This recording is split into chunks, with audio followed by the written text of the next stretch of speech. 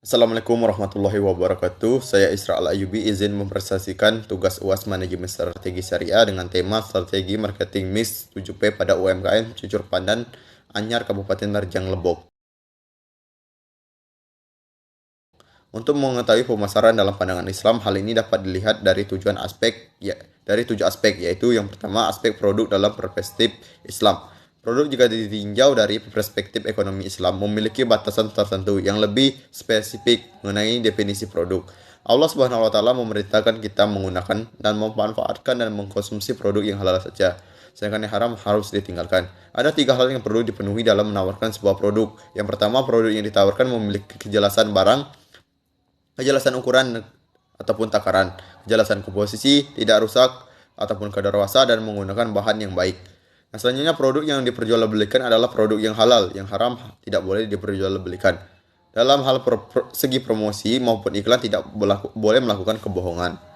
Harga dalam perspektif Islam mengajarkan penetapan harga yang sesuai dengan tidak memberatkan konsumen untuk membelinya. Serta harga yang ditetapkan haruslah sesuai dengan kualitas produk yang dijual.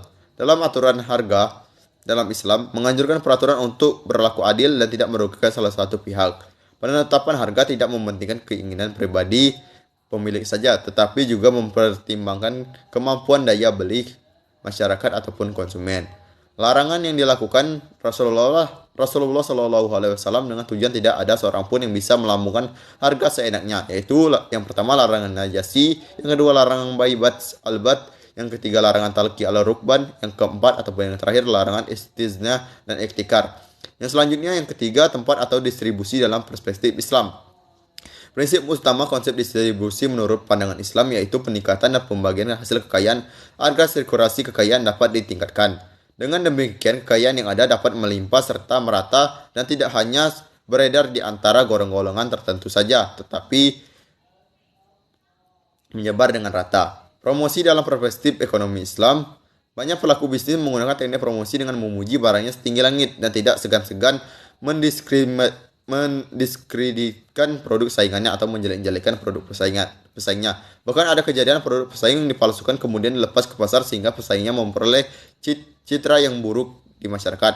Dalam Islam tidak boleh mengatakan bahwa model barang ini mahal, jadi harganya tinggi dan sudah banyak orang yang membeli produk ini. Tetapi kenyataannya tidak. Yang selanjutnya, yang kelima yaitu orang dalam perspektif ekonomi Islam. Yang pertama tenaga kerja. Ditetapkan bukan hanya sebatas alat produksi, tetapi ditempatkan dan dihargai sebagai manusia. Dalam perspektif ekonomi Islam, people harus menunjukkan tanggung jawab dalam 4 kategori, yaitu rasa tanggung jawab kepada Allah Subhanahu wa taala, tanggung jawab terhadap masyarakat, tanggung jawab pada kesejahteraan sendiri, dan yang terakhir tanggung jawab terhadap lingkungan. Yang keenam yaitu proses dalam perspektif Islam. Dalam melakukan proses penjualan, karyawan maupun owner harus bertindak secara profesional dan tidak bertindak dengan di luar syariat dalam Islam. Profesional dalam hal ini yaitu tepat terarah, tuntas dan jelas dalam memberikan informasi sesuai dengan apa yang ada dalam proses dari pengelolaan usaha ini. Yang ketujuh ataupun yang terakhir bukti fisik dalam perspektif Islam.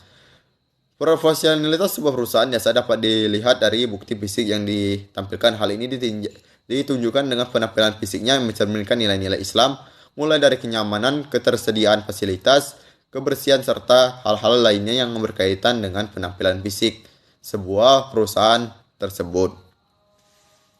Baiklah, untuk selanjutnya hasil wawancara dari pemilik kue cucur panda anyar dengan wawancara Bapak Rahman Tauhid. Bahwasanya UMKM tersebut menggunakan bauran pemasaran yang di dalamnya meliputi produk, harga, tempat, promosi, orang, proses dengan penerapan 7P. Dalam usaha cucur pandan anyar, Pak Rahman Tauhid sebagai berikut. Yang pertama, dalam strategi produk. Produk kue cucur pandan ini memiliki tekstur yang lembut dan kenyal di bagian dalam dan dengan permukaan luar yang renyah dan berwarna kecoklatan. Rasa lezat dan rasa gurih dan manis yang khas tersebut serta dalam pemilihan bahan menggunakan yang terbaik dan dalam segi pengemasan sudah memberikan banyak pilihan.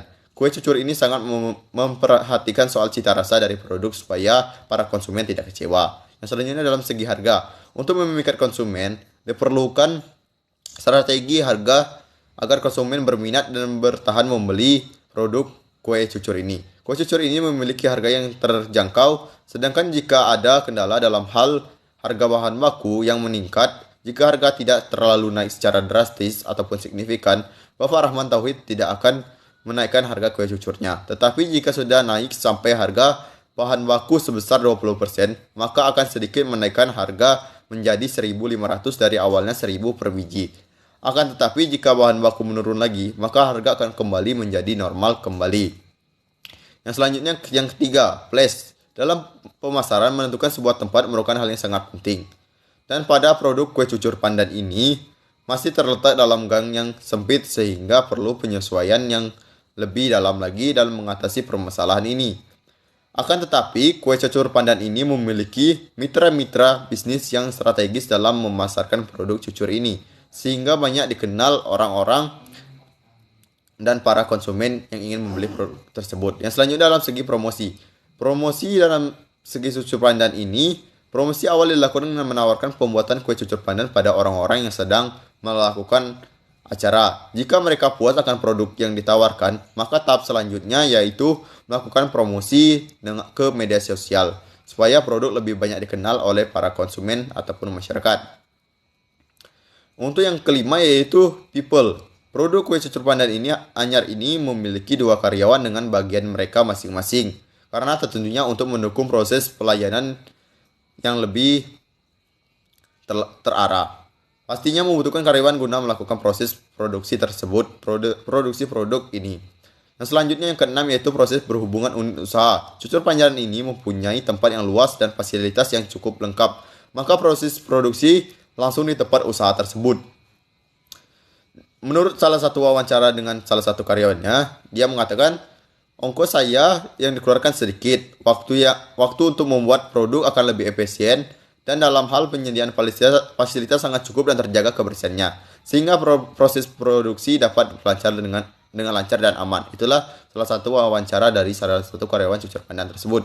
Yang terakhir yaitu physical events. Bukti fisik selain produk tersebut, tempat itu juga masuk dalam pelayanan yang diberikan kepada konsumen. Ketika pelayanan yang diberikan baik maka memuaskan, maka konsumen akan setia atau membeli kembali produk tersebut. UMKM kue cucur pandan ini sangat mementingkan kenyamanan dari rasa aman kepada para konsumen, yaitu membuat produk yang higienis sehingga para konsumen merasa nyaman dan aman saat mengkonsumsi produk ini. Itulah materi UAS yang dapat saya sampaikan. Lebih dan kurang saya mohon maaf. Terima kasih. Wassalamualaikum warahmatullahi wabarakatuh.